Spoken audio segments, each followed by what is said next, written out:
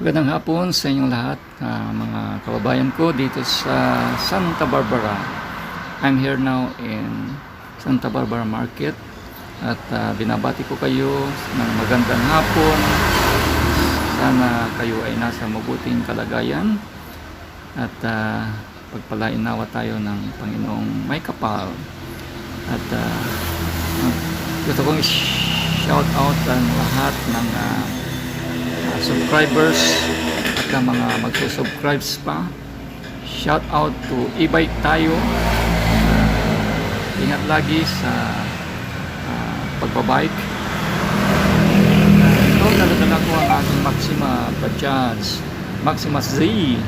Yan. Iwan po yan at magandang pang service, pang ikot-ikot, chill ride, yan.